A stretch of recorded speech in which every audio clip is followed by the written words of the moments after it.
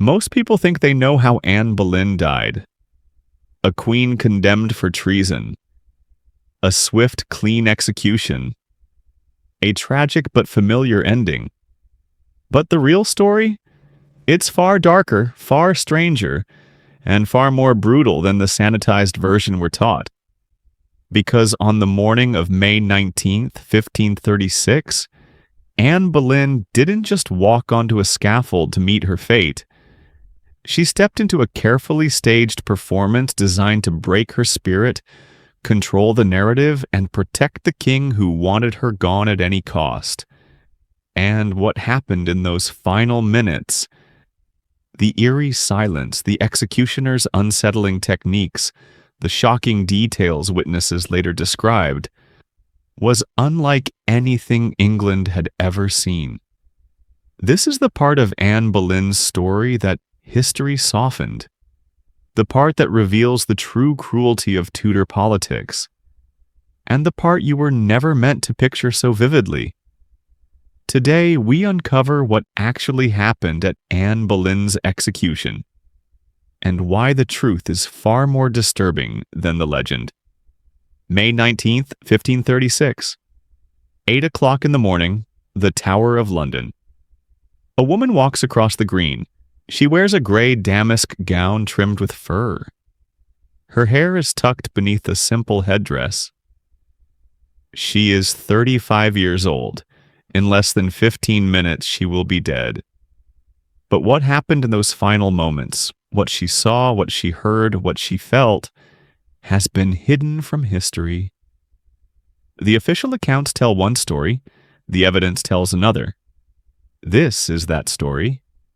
Anne Boleyn, Queen of England for 1,000 days, mother to the future Elizabeth I, wife to Henry VIII, and on this morning a condemned prisoner facing execution for crimes she did not commit. The charges: adultery with 5 men including her own brother, treason against the king, the penalty, death. But here is what you have not been told. The execution you think you know, the swift, merciful beheading by a skilled French swordsman, was only part of what happened. The rest has been deliberately obscured, hidden in letters, buried in eyewitness accounts that were suppressed, encoded in the actions of those who were there. Let me take you back. Not to the execution itself, not yet, but to 3 days before, May 16th, 1536. Anne Boleyn sits in her chambers in the Tower. She has been here for 2 weeks. She knows she will die. The trial has concluded. The verdict was predetermined, guilty on all counts. The sentence: burning or beheading at the king's pleasure. Henry has chosen beheading. He has even done something remarkable. He has sent to Calais for a swordsman, an expert executioner, because he wants her death to be quick. This is mercy, everyone says. The king shows mercy to his condemned wife. But is it mercy? Or is it something else entirely? The Constable of the Tower, Sir William Kingston, visits Anne. He will write about these visits later in letters to Thomas Cromwell, the king's chief minister. In these letters, Kingston describes Anne's state of mind. She laughs, he says. She talks rapidly. She speaks of her innocence. She weeps. Then she laughs again. Kingston writes that she is unstable, hysterical, that her mind is breaking under the strain. But read those letters carefully. Read between the lines. Anne is not breaking. She is analyzing, she is processing, she is trying to understand what is happening to her. The king has been very good to me, she tells Kingston. He has promoted me from a simple maid to a marchioness. Then he raised me to be a queen. Now he will raise me to be a martyr. A martyr. That word is important. Remember it. May 17th, 2 days before the execution. Anne asks Kingston a question. She asks about the details of her death. How will it be done? When will it happen? Kingston tells her that she will be beheaded, that the swordsman from Calais is already on his way, that it will be very quick, very expert. She will feel nothing. Anne places her hands around her neck. She has a small, slender neck. "I heard say the executioner is very good," she says, "and I have a little neck." Then she laughs. Kingston reports that she laughs. He finds this disturbing, inappropriate. But why is she laughing? Is it hysteria? Or is it something else? Is it defiance? Is it recognition of the absurdity that her husband, who once loved her desperately enough to break with Rome and split the Church of England from the Catholic faith, is now measuring her neck for a sword? Let me tell you about the swordsman. His name is Jean Rombaut. Or perhaps it is not. The records are unclear. He comes from Saint-Omer near Calais. He is an expert. He has done this before. Many times. In France, executions by sword are common. In England, they are not. The English use an axe. An axe requires the condemned to place their head on a block. It is crude, sometimes imprecise. It can take multiple blows. It is terrifying. A sword is different. The condemned kneels upright. The executioner approaches from behind. One stroke, it is over. The condemned does not see it coming. This is considered more humane, more dignified. Henry wants this for Anne. Why? Is it guilt? Is it love? Is it a final gesture of respect? Or is it public relations? Henry needs Anne dead, but he needs the execution to appear just, lawful, even merciful. He is already negotiating his next marriage to Jane Seymour, Anne's former lady-in-waiting, who is younger, more docile, more likely to give him a son. He cannot afford for Anne's death to look like murder. It must look like justice. The swordsman arrives in London on May 17th. He arrives before he is expected. This is strange. Anne is not scheduled to die until May 18th, but the swordsman is here early. Is he eager? Is he efficient? Or has something else happened? The records show confusion about the execution date. On May 17th, Anne is told she will die the next morning. She prepares herself, she prays, she receives communion. She composes herself for death. Then that evening, Kingston comes to her chambers. The execution has been postponed. It will be May 19th instead. Tomorrow, not today. Why? The official reason is that the witnesses cannot all be assembled in time. The execution must be properly witnessed. It must be legal. It must be official. But there is another reason. A reason that does not appear in the official records. A reason that only emerges when you read the letters, the chronicles, the fragments of testimony that survived. Henry is at Whitehall Palace. He is with Jane Seymour. They are making plans for their wedding, which will take place 10 days after Anne's execution. 10 days. Henry has not even tried to pretend to mourn. On the morning of May 18th, the day Anne was originally supposed to die, Henry wakes early. He is anxious. He wants confirmation that Anne is dead. He wants to move forward. He wants to marry Jane and forget Anne ever existed. But there is a problem. A legal problem. Henry has annulled his marriage to Anne. The annulment was pronounced on May 17th, the day before her scheduled execution. The grounds: that Henry had previously had relations with Anne's sister, Mary Boleyn, which made his marriage to Anne incestuous and invalid. This creates a paradox. If the marriage is invalid, then Anne is not the queen. If she is not the queen, then she cannot be guilty of treason against the queen's majesty. If she is not guilty of treason, then she cannot be executed.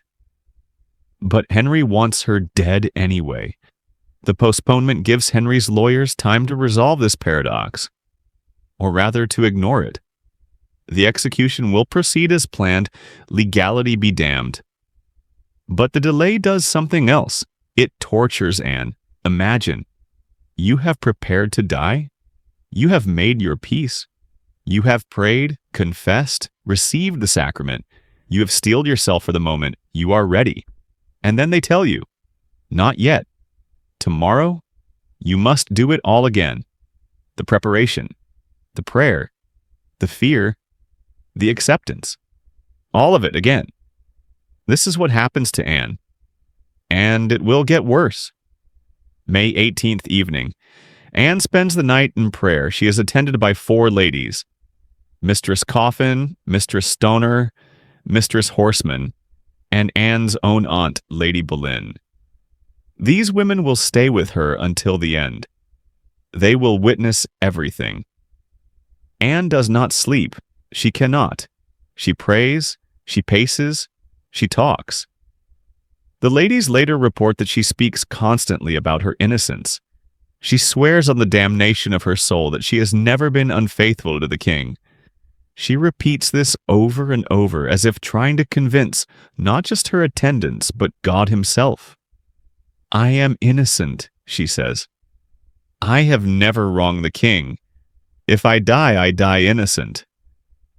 The ladies believe her, or at least some of them do. Lady Boleyn, Anne's aunt, is visibly distressed. She weeps quietly and comforts her. Do not weep for me, Anne says. I am ready. I go to a better place than this. But is she ready? The records suggest otherwise. Anne asks Kingston repeatedly about the details. What time will it be? Where exactly will it happen? Who will be there? Kingston tells her it will be early, before noon. It will be on the green inside the tower near the chapel of St. Peter ad Vincula. There will be witnesses, lords, officials, members of the council. The Lord Mayor of London. Perhaps 200 people in all. 200 people will watch her die. Anne asks another question. What will happen to her body afterward? Kingston pauses. He has not thought about this, or rather he has, but he does not want to tell her. There is no coffin. No arrangements have been made. The assumption is that her body will be buried quickly, quietly, somewhere within the tower grounds. Anne understands. She will not receive a queen's funeral. She will not lie in state. She will not be buried in Westminster Abbey. She will disappear. Tatuid 30, Tasiseka, Yokas 2:45. There's something else Anne wants to know. She asks Kingston if she can speak to the Archbishop of Canterbury, Thomas Cranmer, before she dies. Cranmer is her friend. He is one of the few men at court who has shown her kindness. He is also the man who annulled her marriage to Henry. Kingston says he will ask, but the answer comes back. No. Henry does not want Anne speaking to Cranmer. Why? What is Henry afraid she will say? Perhaps he fears she will proclaim her innocence to a man of God, forcing Cranmer to carry that testimony into the world. Perhaps he fears she will ask Cranmer to intercede, to beg for mercy, to delay the execution. Perhaps he simply does not care. Anne accepts this. She will die without Cranmer's comfort. She will die with only her ladies and the executioner. Late that night, Anne makes a request. She asks for paper and ink. She wants to write a letter. Kingston hesitates. Letters from condemned prisoners are dangerous. They could contain accusations, pleas, secret messages. But Anne insists, and Kingston agrees. Anne writes. What she writes we do not know. The letter does not survive. Kingston's records mention that she wrote something, but the content is never described. Was it destroyed? Was it suppressed? Did it ever reach its intended recipient? Some historians believe she wrote to Henry. Others think she wrote to her daughter Elizabeth, who is not yet 3 years old. Still others believe she wrote to Cranmer a final testimony of her innocence. We will never know. The letter is lost to history. What we do know is this. Anne finishes the letter. She seals it. She gives it to Kingston. He promises to deliver it. Whether he does or not is unclear. Then Anne does something strange. She gives Kingston a purse of money. 20 pounds. A significant sum. She instructs him to distribute it to the poor after her death. Why does she do this? Is it charity? Piety? Or is it something else? A gesture of defiance? A way of asserting her agency in the final hours? A reminder that she is still a queen, still a woman of means, still capable of choosing how her story ends? Dawn breaks on May 19th. Anne is awake. She has been awake all night. She rises from her bed. She washes. She dresses in the gray damask gown. She arranges her hair. She puts on the simple headdress. She looks at herself in a mirror. What does she see? A queen? A condemned traitor? A woman about to die? She turns to her ladies. How do I look? She asks. They do not answer. They are weeping, all of them. Even Lady Boleyn, who has tried to remain composed, is openly crying now. Anne smiles. Do not cry for me, she says again. I am going to die, but I will die a queen. And my daughter will be a greater queen than I ever was. This is a prediction, a prophecy, and it will come true. Elizabeth will become one of the greatest monarchs in English history, but Anne will not live to see it. 8 o'clock approaches. Kingston arrives. It is time. Anne is calm. She's been calm for hours now. The weeping, the frantic talking, the laughter, all of it has stopped. She is composed. She is ready. But then Kingston tells her something. Something that will change everything. The execution has been delayed again.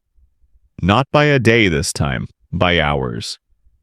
It will be noon, not 8 o'clock. Kingston offers an excuse about the witnesses, about logistics, about the swordsman needing more time to prepare. But Anne knows the truth. Henry is toying with her. He is making her wait, making her suffer, making her feel every minute of her final morning. Why? Is it cruelty? Is it indifference? Or is it something else? A need to assert his power over her one last time? To remind her that he controls even the moment of her death? Anne does not break. She does not weep. She does not rage. She simply nods. If it be His Majesty's pleasure, she says, I am ready. But her ladies see the toll it takes. Anne sits down. She closes her eyes. She prays silently. Her hands are shaking. This is the cruelty. Not the execution itself, but the waiting. The prolonged agony of knowing death is coming, but not knowing exactly when. The psychological torture of being forced to say goodbye over and over again. And there is more. Because the delay is not just about cruelty. It is about something else. Something that has been planned carefully, orchestrated deliberately. Something that will only become clear when we examine what happens next. Let me tell you more about Jean Rambaud, the swordsman, or the man we think is Jean Rambaud. Because here is the first problem. We are not entirely certain of his identity. The records refer to him only as the executioner of Calais, or the swordsman from Saint-Omer. His name appears in expense accounts. Henry paid him 23 pounds and 6 shillings for his services, a substantial sum.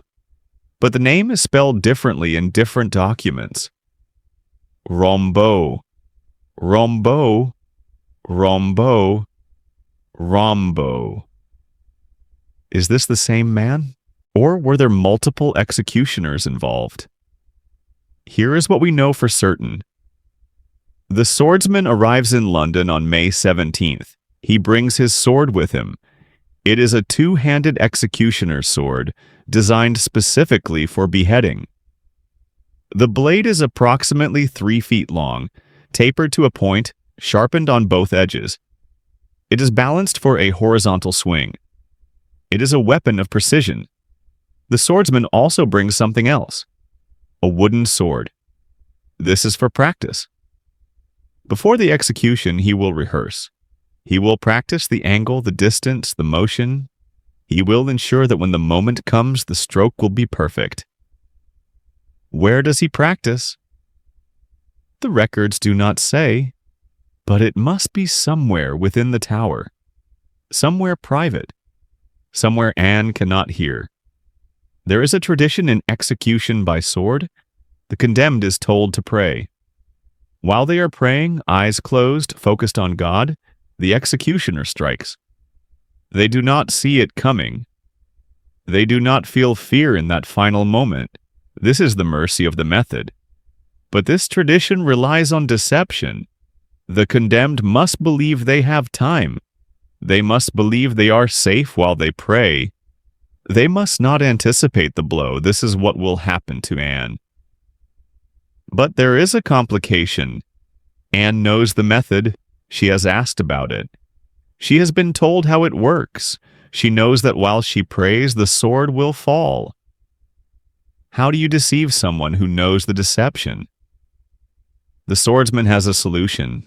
He has done this before. He knows how to handle a condemned prisoner who is too aware, too intelligent, too composed.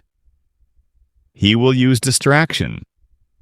At the moment before the stroke, he will call out. He will say something. "Bring me the sword!"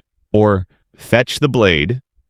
Something to make Anne turn her head, to look away from him, to break her concentration. And in that moment, while she is distracted, he will strike.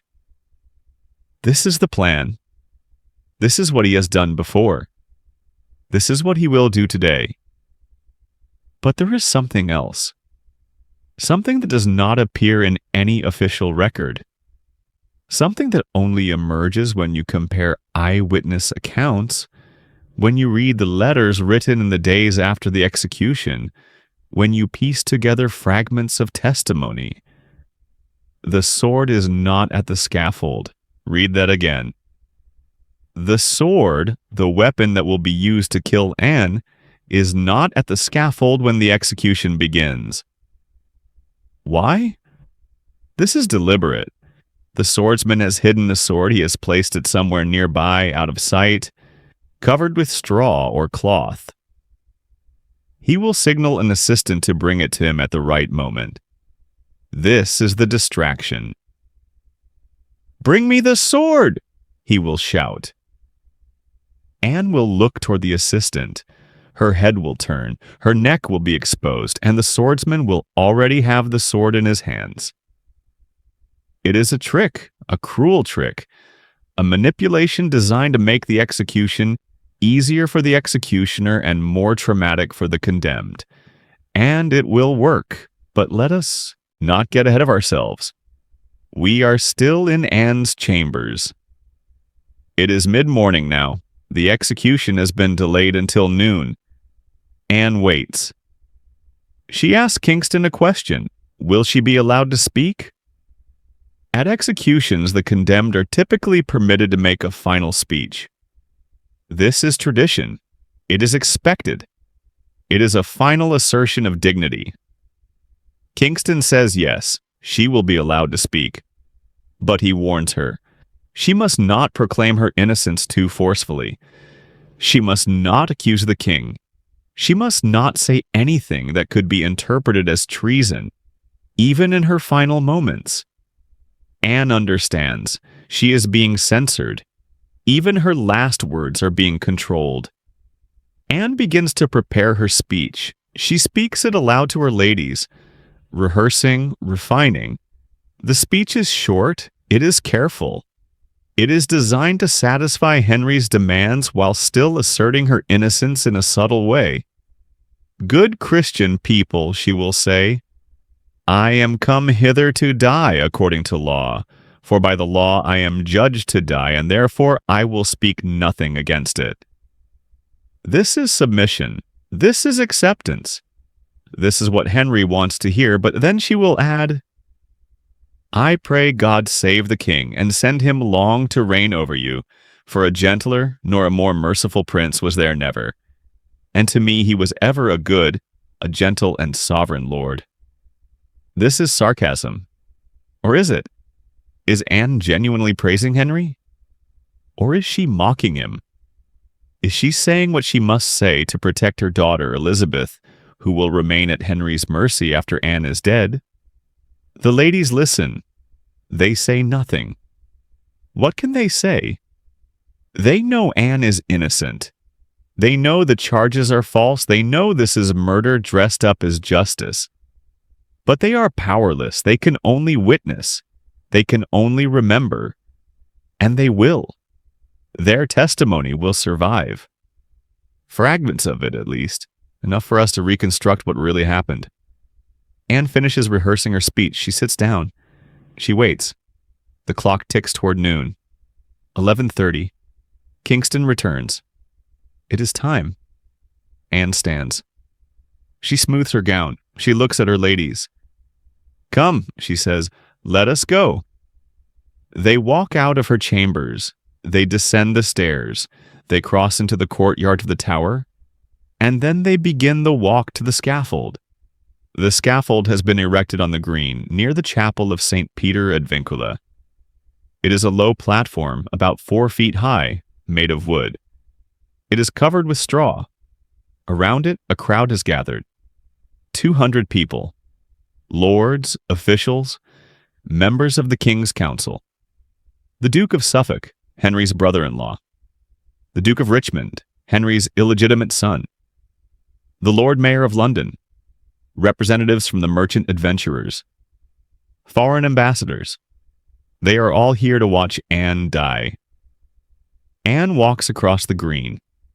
She walks steadily, calmly. She does not falter. She does not look at the crowd. She looks straight ahead toward the scaffold. Behind her, her 4 ladies follow. They are weeping openly now. They do not try to hide their tears. The crowd watches in silence. This is unusual. Executions are typically loud, raucous events. The crowd jeers, they shout, they throw things. But today there is silence. Why? Some historians believe it is respect. Anne was the queen. She may be condemned, but she is still royalty. The crowd shows deference. Others believe it is fear. Henry's agents are everywhere. Anyone who shows sympathy for Anne could be accused of treason. The crowd stays silent to stay safe. But there is a third possibility. The crowd is silent because they are uncertain. They do not know what to think. They have been told Anne is a traitor, an adulteress, a woman who betrayed the king and endangered the realm. But looking at her now, calm, dignified, innocent, they are not sure they believe it. Anne reaches the scaffold. There are steps leading up to the platform. She climbs them. Her ladies follow. They will stay with her until the end. On the scaffold, the swordsman waits. He is dressed in black. His face is uncovered. This is unusual for an executioner, but it is the French custom. He wants Anne to see him. He wants her to trust him. He wants her to believe he will be quick, merciful, professional. Anne looks at him. He bows. She nods. Then she turns to the crowd. She is ready to speak. Good Christian people, Anne begins. Her voice is clear, steady. I am come hither to die according to law. For by the law I am judged to die, and therefore I will speak nothing against it. The crowd listens. Every word is heard. Every word will be remembered. Every word will be reported to Henry. I pray God save the king and send him long to reign over you, for a gentler nor a more merciful prince was there never. And to me he was ever a good, a gentle, and sovereign lord. Is this sarcasm? Is this submission? Is this a final act of defiance disguised as praise? We will never know for certain, but the crowd hears it, and some of them understand. Anne continues, "If any person will meddle with my cause, I require them to judge the best." This is it. This is her assertion of innocence. Judge the best. Believe the best of me. Do not believe the charges. Do not believe the lies, but she cannot say more. She has been warned. She must not go too far. Anne finishes her speech. She turns to her ladies. They step forward. They help her remove her headdress. They remove her gown, revealing a red petticoat beneath. Red is the color of martyrdom. Anne has chosen this deliberately. One of the ladies produces a blindfold, a white linen cloth. Anne hesitates. She does not want to be blindfolded. She wants to see. She wants to face her death with open eyes. But the swordsman insists. This is part of the method. The blindfold is necessary. It prevents the condemned from flinching, from moving at the wrong moment. It makes the execution easier. Anne submits. The blindfold is tied over her eyes. Now Anne kneels. This is the position for execution by sword. She kneels upright, her back straight, her head high. Her hands are folded in prayer. She begins to pray aloud. To Jesus Christ I commend my soul. Lord Jesus, receive my soul. She repeats this over and over.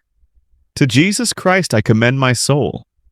Lord Jesus, receive my soul. The crowd is silent. The only sound is Anne's voice praying. The swordsman moves into position. He stands behind her to her left. He raises the sword. He gauges the distance. He prepares to strike. But he does not strike. Not yet.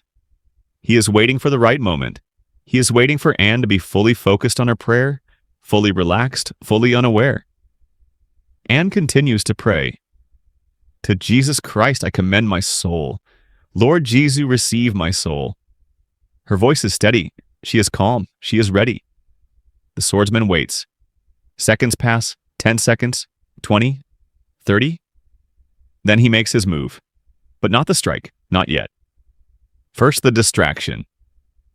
He turns to his assistant. He calls out loudly, "Bring me the sword." Anne hears this. Her head turns slightly, instinctively toward the voice. Her concentration breaks. Her neck is exposed, and in that instant, that fraction of a second when her guard is down, the swordsman strikes. The sword is already in his hands. It has been all along. The call, "Bring me the sword," was a lie, a trick, a cruel manipulation designed to catch Anne off guard. The blade swings horizontally. It moves through the air at tremendous speed. It strikes Anne's neck at the precise point where the spine meets the skull. The cut is clean, perfect, professional. Anne's head is severed in a single stroke. It falls forward onto the straw. Her body remains upright for a moment, then collapses. It is over. Anne Boleyn is dead. The time is approximately 12 minutes past noon, May 19th, 1536. The crowd is silent.